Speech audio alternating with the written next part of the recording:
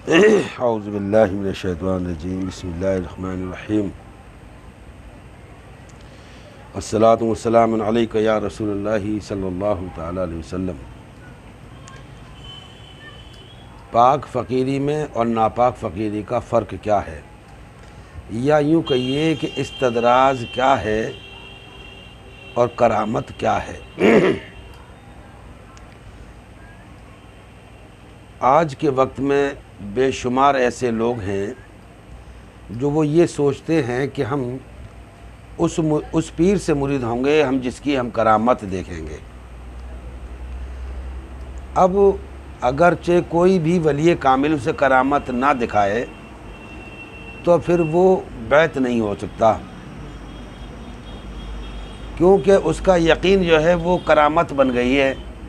اس کا یقین اور ایمان جو ہے وہ اللہ پر تو بعد میں ہے، پہلے اس کی کرامت کی بات کرنے لگا ہے،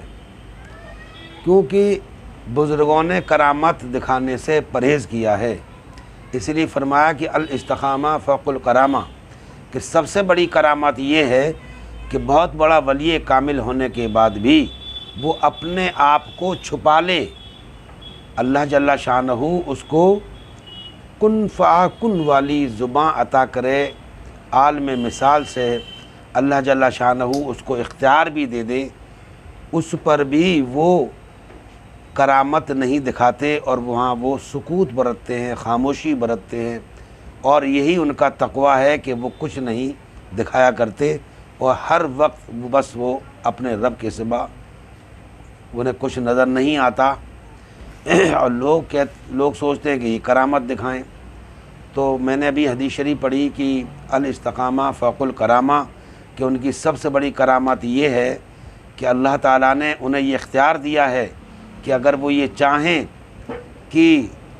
مردہ زندہ ہو جائے تو ہاں ہو جاتا ہے، اور ایسا بھی بزرگوں سے ثابت ہے اور کیا گیا ہے۔ تو اب یہاں اگر وہ یہ کرامت نہ بھی دکھائے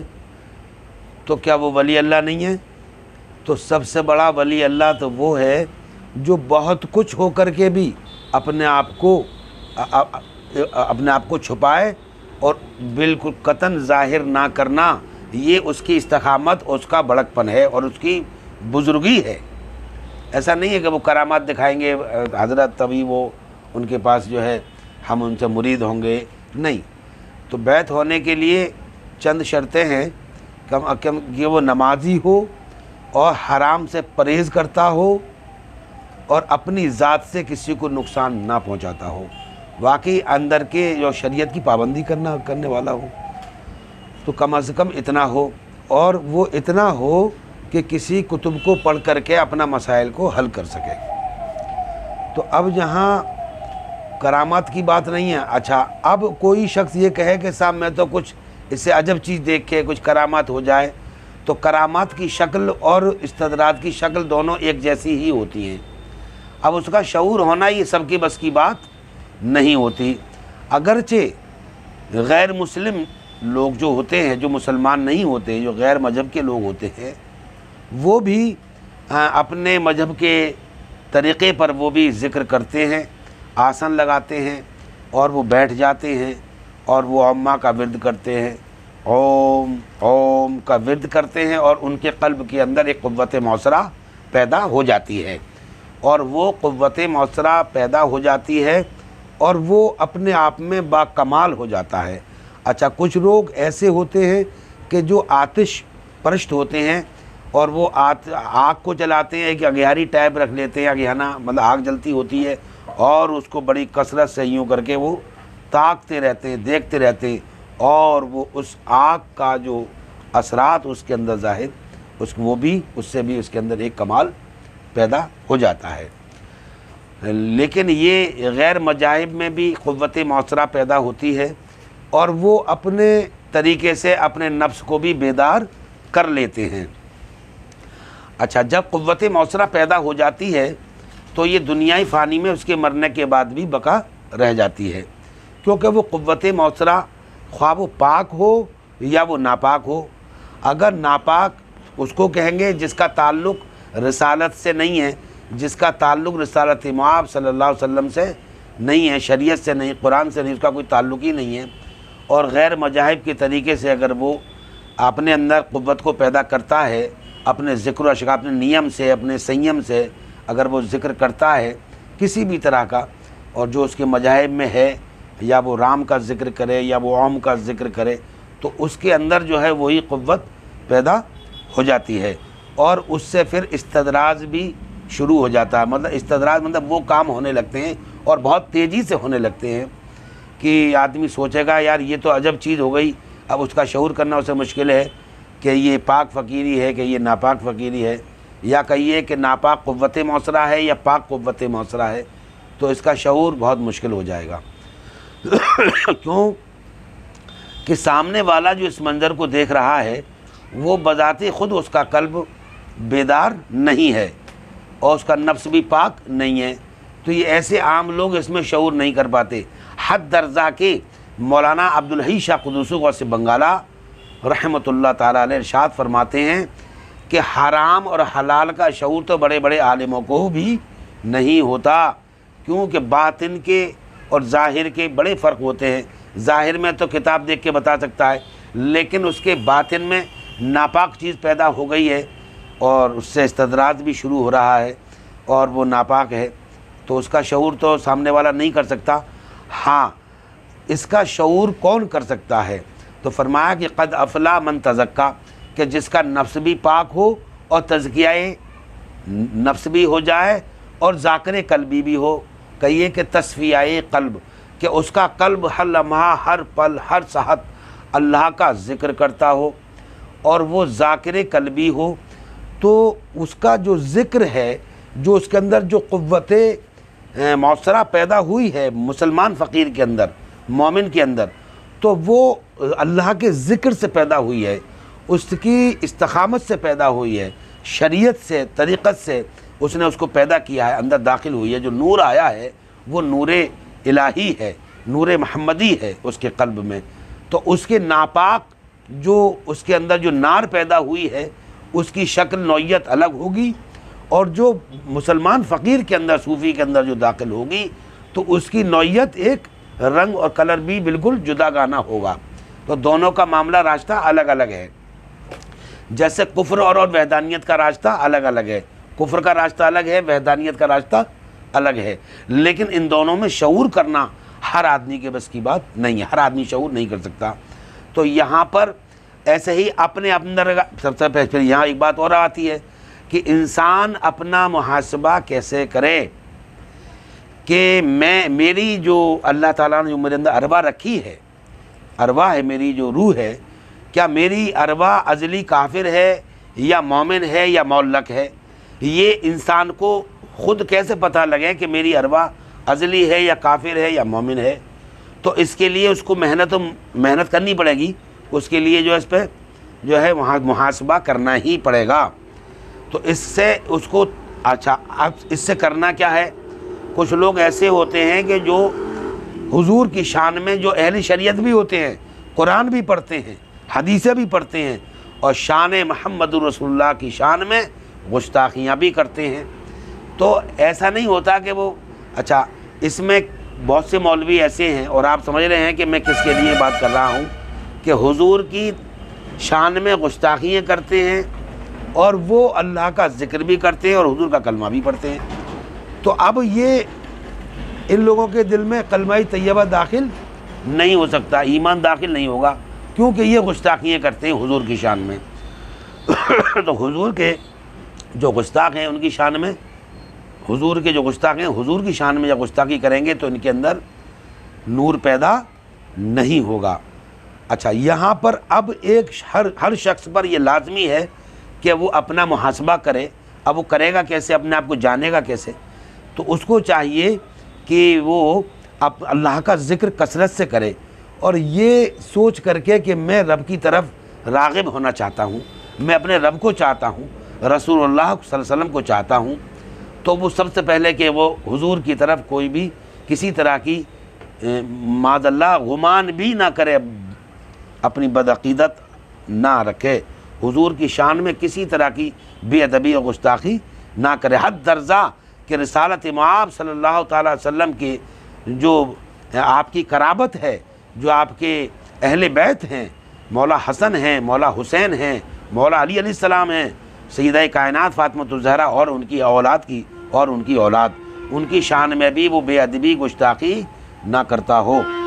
تو اس کو چاہیے کہ وہ اللہ کا ذکر کثرت سے کرے اور بے ادبی نہ کرے، اپنا عقیدہ صحیح رکھے اور اللہ کا ذکر اتنی کثرت سے کرے تو جو ایک دن وہ پائے گا کہ لا الہ الا اللہ، لا الہ الا اللہ، لا الہ الا اللہ محمد رسول اللہ، اس کی کثرت وہ کرے اور ایک دن وہ پائے گا کہ اپنے قلب کو ذاکر پائے گا۔ لیکن یہ اس کی توجہ رہے کہ اس کی جب وہ کافی دیر تک، مطلب 100 سے زیادہ ضربیں ہوں، 100 سے کم نہ ہوں، زیادہ ہوں، 150 ہو جائیں، 200 ہو جائیں، اس سے کم نہیں ہوں، اور وہ پھر اپنے قلب کی طرف مخاطب ہو اور یہ نیت، یہ سوچ، یہ خیال کرے کہ میں اپنے قلب کی طرف مخاطب ہوں اور میرا قلب میرے رب کی طرف مخاطب ہے، اور پھر اس کا وہ اسی طرح سے ذکر کرے، اور ایک دن ایک دن خاموش ہو کے اپنے قلب کی طرف مخاطب ہو، بیٹھے جو کر کے، اور قلب کی طرف مخاطب ہو، یہ سوچے میں اپنے قلب کی طرف مخاطب ہوں اور میرا قلب میرے رب کی طرف مخاطب ہے، تو ایک دن وہ پائے گا کہ اس کے قلب سے آواز آ رہی ہوگی، لا الہ الا اللہ، لا الہ الا اللہ محمد رسول اللہ، اللہ اللہ اللہ، اس کا قلب بھی آواز آئے گی اور وہ بظاہری کانوں سے بھی سنے گا، ایسا نہیں ہے کہ نہیں سنے گا۔ تو جب اس کے قلب کے اندر جب کلمہ طیبہ اتر جائے گا، جب کلمہ قلب پڑھنے لگے گا، تو سمجھ لے کہ ہاں اچھا یہ دو لوگوں کے ساتھ ہوتا ہے، یا تو ازلی مومن ہو تو اب ذاکر قلبی بن جائے گا، بہت تیزی، بہت جلد سے جلد ہو جائے گا، اس کو دیری نہیں لگے گی۔ اگر وہ ازل سے اگر وہ معلق ہے اس کی اربا، تو معلق کے لیے حدیث معلق بھی آئی ہے، تو وہ حدیث معلق پڑھ دوں۔ حضور نے فرمایا کہ من تشبہ بقوم فہو منہم، یہ حدیث معلق ہے۔ حدیث معلق جو ہے کہ ان لوگوں کے لیے ہے جو جن کی ارباں جو ازل سے معلق آئی ہیں، تو ان کے لیے کہا گیا کہ ان کا جو کچھ لوگوں کو اللہ تعالیٰ نے جب دنیا کے اور آخرت کے جب لوازمات دکھائے تو کچھ اربائیں ایسی تھیں، کچھ تو جنت کی طرف دوڑیں تو ان کی قسمت میں جنت لکھ دی گئی، مومن بنا دیے گئے، اور کچھ اربائیں جو تھیں وہ انہوں نے دنیا کے لوازمات کی طرف دوڑیں تو ان کو دنیا دار کر دیا گیا، اور کچھ اربائیں ایسی تھیں نہ وہ جنت کی طرف دوڑیں نہ وہ دنیا کی طرف دوڑیں، وہ وہیں میں ٹھہر کے رہ گئیں، تو ان دونوں کی قسمت لکھتی گئی، دنیا دار رہے تو دنیا میں ہی رہے، ختم، اور جو جنتی رہے تو ان کو بتایا گیا بھائی آپ کو اتنی محنت کرنی ہے، یہ مرتبہ ملے گا، اگر آپ اتنی محنت کریں گے یہ والی جنت ملے گی، اتنی محنت کرو گے تو وہ والی جنت ملے گی، کیونکہ جنت کے بھی 7 درجے ہیں۔ اس لیے اب جو بیچ والے تھے، جو معلق ارباب جو تھی، معلق والے، نہ یہ ادھر کے رہے نہ یہ ادھر کے رہے، یہ ٹھہر گئے، تو جبریل علیہ السلام نے کہا کہ جبریل علیہ السلام عرض کیا یا اے اللہ ان کے بارے میں کیا کیا جائے، تو اللہ تعالیٰ نے فرمایا کہ ان کا فیصلہ انہیں پر چھوڑا جائے گا، یہ معلق ہیں تو ان کا فیصلہ ان پر چھوڑ دیا، تو کہا من تشبہ بقوم فہو منہم، تو وہ جو معلق والی ارواحیں ہیں اگر وہ مومنوں کے ساتھ ہو گئیں تو مومن ہو گئیں، ولی بن گئیں، اور وہی ارواح جو معلق والی ہیں اگر وہ کافر منافقین کے یہودی عیسائیوں کے ساتھ چلی گئیں تو وہ ان کا حشر ان کے ساتھ کر دیا جائے گا، کیونکہ آئی ہے حدیث شریف کہ من تشبہ بقوم فہو منہم، کہ ان کا حشر انہی کے ساتھ کیا جائے گا کہ یہ جس کے ساتھ ہو جائیں گے، تو اب معلق والا بھی ذاکر ہو جائے گا۔ اگر کاش اس نے چاہا کہ میں اپنے رب کا دوست بنوں اور میں رب کی بارگاہ میں ذکر و اشغال کروں اور میں بھی مومن بن جاؤں تو ہاں وہ بن جائے گا، کیونکہ وہ معلق ہے۔ اگر معلق ارواح اگر اپنے وقت کی ڈکیت ہو، چاہے وہ چور ہو، چاہے وہ کچھ بھی ہو، شرابی کیوں نہ ہو، اگر وہ ایسا کسی ولی کامل کی بارگاہ میں اگر پہنچ جائے تو ولی کامل ایک توجہ میں اس کو قطب اور ابدال ولی بھی بنا دیتا ہے، وہ اس کو ولی بنا دیتا ہے۔ کون؟ جو ولی کامل ہے، جیسے سیدنا غوث العظم عبد القادر جیلانی رحمۃ اللہ علیہ کے یہاں پر ایک چور گھس گیا تھا، تو آپ نے ایک ابدال نے خبر دی کہ حضور کہ یہاں پر فلاں جگہ ایک وصال ہو گیا حضرت کا، کوئی وہاں کے لیے مقرر کیا جائے، تو آپ نے دیکھا کہ آپ کے یہاں ایک چور چھپا ہوا تھا، آپ نے کہا آؤ ادھر آؤ، ہم نے تمہیں وہاں کا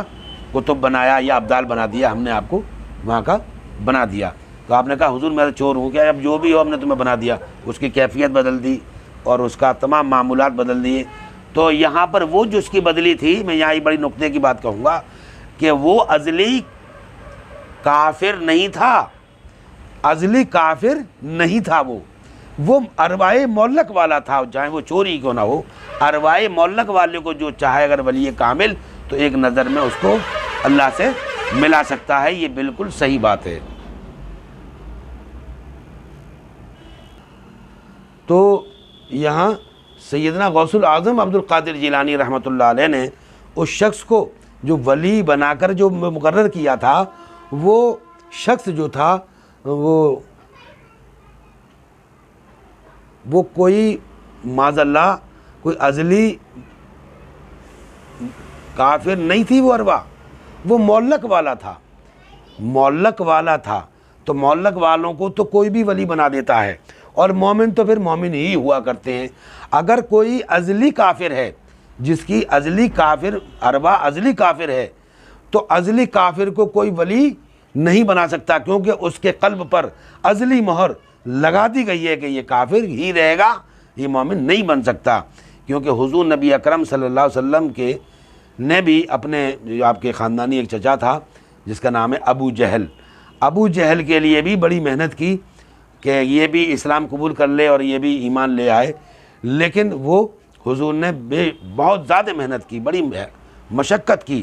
اور بھی کافی ایسے کئی لوگ ایسے تھے جن کے لیے آپ نے دعوت دی، تو وہ منافق ہی رہے اور وہ کافر ہی رہے، اور انہیں ایمان میسر نہیں آیا۔ کیوں؟ کہ وہ ازلی کافر تھے۔ کہا میرے حبیب ہم نے ان کے قلوبوں پر ازلی مہر کافر ہونے کی لگا دی ہے، اب آپ ان پر محنت نہ کریں۔ تو اس لیے معلق والوں کو کوئی بھی ولی وہ ولی کامل بن جاتے ہیں، اور جو ازلی مشرک ہیں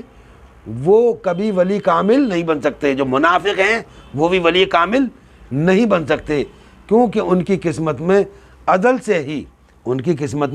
سے ہی لکھا ہوا ہے کہ یہ مشرک ہی مرے گا، یہ کافر ہی مرے گا، یہ منافق ہی مرے گا، تو وہ وہی مرے گا، کیونکہ اللہ نے اس کا فیصلہ کر دیا ہے۔ تو اب یہاں ہمیں چاہیے کہ اللہ کا ہم ذکر کریں، محنت کریں، مشقت کریں، اور اس ذکر سے ہمیں پتہ لگے کہ ہم کون ہیں۔ لیکن آج یہ قوم سب سے بڑی بد نصیبی یہ ہے کہ ذکر اللہ سے غافل ہے، اور اللہ تعالیٰ قرآن میں کہہ رہا ہے فَاذْكُرُونِی، تم ذکر کرو، اللہ کا ذکر کرو، فَاذْكُرُونِی، تم ذکر کرو، اذکرکم، کتنی بہترین بات ہے کہ اس کے بدلے میں پھر میں تمہارا ذکر کروں گا۔ تو جب اللہ تعالیٰ کا ہم جب ذکر کریں اور اللہ پھر ہمارا ذکر کر رہا ہے، تو اس سے بہتر بات کیا ہوگی کہ اللہ تعالیٰ کے ہم محبوب بن جائیں، اللہ کے ہم دوست بن کے رہیں، اللہ تعالیٰ ہمارے سب کے گناہ صغیرہ و کبیرہ کو معاف فرمائے۔ تو قوت موثرہ جو ہوتی ہے وہ اکثر و بیشتر انسان کے مرنے کے بعد بھی موجود رہتی ہے، اور آپ نے دیکھا ہوگا، میں مختصر کرنے جا رہا ہوں، آپ نے دیکھا ہوگا کہ لوگ جو ہیں وہ دیکھا ہوگا کہ اس کے اوپر حاوی ہو گیا، کہ اس کے اوپر حاوی ہو گئی، یہ اس کے اوپر حاوی ہو گیا بول لے آئے، کہیں کہتے ہیں جنات ہے، کہیں اس کو قوت موثرہ کہتے ہیں، اور یہ قوت موثرہ کسی کے بھی دل و دماغ پر حاوی ہو کر کے بولتی ہے، اور یہ ناپاک قوت موثرہ ہے، یہ ہمارے بزرگوں کا کام نہیں ہے، یہ روح نہیں ہوتی، بلکہ اس کی عبادت کری ہوئی جو کی جاتی ہے غیر مسلموں میں، اس سے وہ قوت موثرہ ہے، اور وہ ایک وقت میں کئی روپ بھی دھارن کر لیتی ہے، چاہے وہ کچھ بھی بن سکتی ہے، جانور بن جائے، وہ انسان بن جائے، حیوان بن جائے، جو چاہے وہ قوت موثرہ ہے، وہ کوئی بھی روپ دھارن کر لیتی ہے۔ تو اس لیے کسی کی کرامت دیکھنے پر نہیں، وہ کرامت کی نہیں جاتی، وہ تو بس ہو جاتی ہے، تو کرامت نہیں، بلکہ اس کی استقامت دیکھیں، اس کی استقامت دیکھیں کہ یہ کتنا متقی ہے، کتنا پرہیزگار ہے، اور بااخلاق، اس کا اخلاق کیسا ہے، اس کی چہرے کی نورانیت، اس کا اٹھنا، اس کا چلنا، اس کا پھرنا، لوگوں سے محبت، تعلق، اور لوگوں کی مدد اور اس کی خیر خواہی، یہ تمام اس کا تقویٰ ہوتا ہے، اور وہ اس کے اندر سے بیدار قلب ہوتا ہے، اور اس کا قلب ہر لمحہ، ہر پل، ہر ساعت وہ اللہ کا ذکر کرتا ہے، اللہ تعالیٰ سے دعا ہے کہ پروردگار ہم سب کو ذکر کرنے کی توفیق عطا فرمائے اور ہمارے گناہ صغیرہ و کبیرہ کو معاف کر فرمائے۔ اور میں یہ عرض کروں گا کہ اس کو زیادہ سے زیادہ شیئر اور اس کو لائک کریں اور اس کو سبسکرائب کر لیں۔ اللہ تعالیٰ ہم سب کو پنجتن پاک کے صدقے میں اللہ تعالیٰ ہمارے قلوبوں کو بیدار کر دے، ہمارے قلوبوں میں ایمان عطا فرمائے، نور عطا فرمائے۔ سرور کونین صلی اللہ علیہ وسلم کے صدقے میں، پنجتن پاک کے صدقے میں تمام عالم کے مسلمانوں کی جان مال ایمان عزت و آبرو کی حفاظت فرما، اور تمام ہمارے ملک ہندوستان پر اپنا فضل اور اپنا کرم فرما، ہم سب میں محبت اتحاد عطا فرما۔ السلام علیکم ورحمۃ اللہ وبرکاتہ۔